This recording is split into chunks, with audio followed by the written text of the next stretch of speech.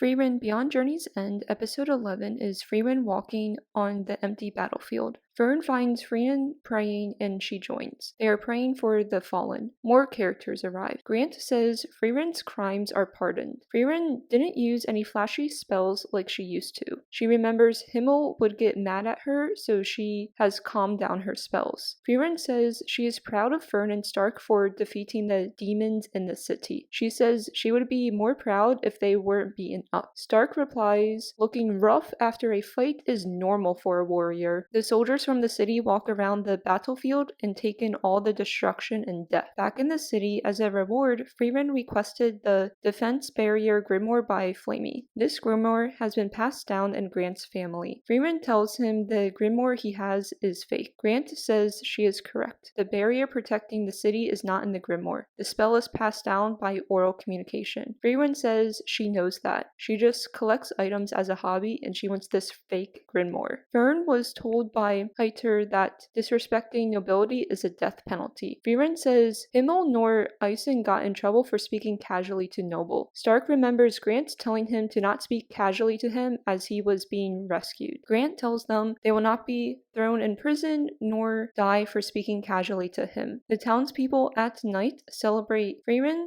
Fern, and Stark for saving them. They spend time in the city being healed, acting normal, getting new clothes, helping the city, partying more, and doing a proper burial to the army. It is sometime in the colder months, so winter is either here or about to be here, I guess. Our characters will be leaving the city. Grant tells the characters traveling to Endy, where the demon castle is, will be hard. Travel is restricted. Anyone must have a first-class mage with them. Frieren has no idea what a first-class mage is. Fern tells her it is a mage with a certification awarded to them by the Central Magic Association. Fern has the certificate. She got it, which means she is a first-class mage. Good for her. Wait, never mind. Fern shows us her certificate and she is only a third-class mage. Frieren, who has lived a long time, tells them of course she doesn't have a certificate. There have been so many changes in her life. She has no desire to keep up with it all. The only thing she has is a holy emble. This is probably not going to be accepted. Fern says and asks at the same time, there should be a place up north to take the first-class exam.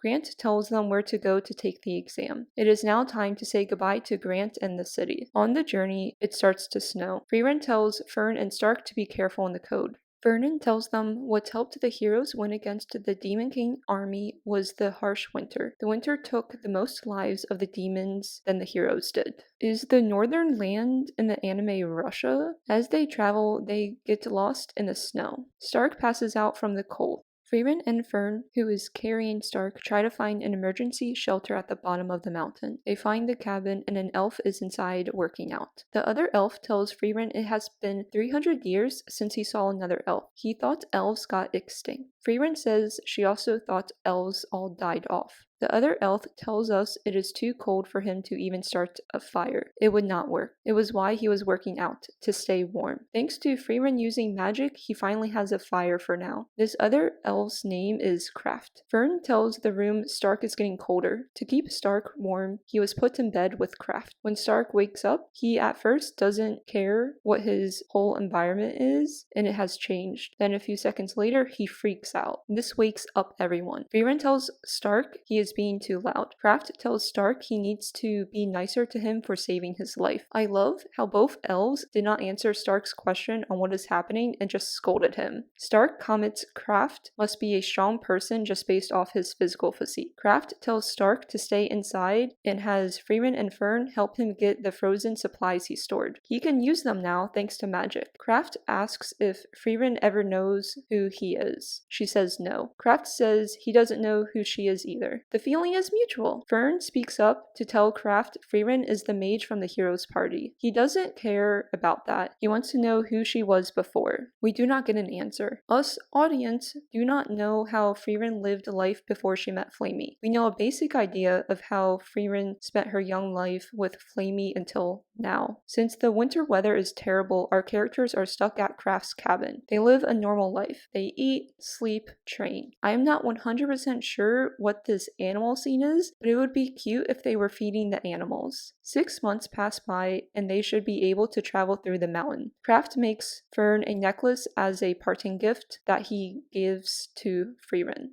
Frieren asks why Kraft believes in the goddess. Goddess of creation only showed up once during the age of mythology. They have not been seen since. He tells her he just wants it all to be true because it just has to be. He wishes there was a goddess and hopes there is one. He wants heaven to be real and be reunited by those he has lost. In a flashback, we see Frieren and Heiter. Heiter funded a village's orphanage. Heiter says he is an orphan and he hopes the goddess will praise him for having a pure and proper life. Heiter points out Frieren has no one to praise her and he can tell she doesn't believe in the goddess. He says he will praise her. Frieren says she has done nothing in her life to be praised. Heiter says even though she has been suppressing her mana, that takes a lot of hard work to do, and all that hard work can be praised. He tells her they travel together, so he has noticed her mana is off. He wants to know about her in case he has a child mage. In the present time, Kraft is happy she is a good friend. Now it is time to part away from episode 11. Episode 12, we will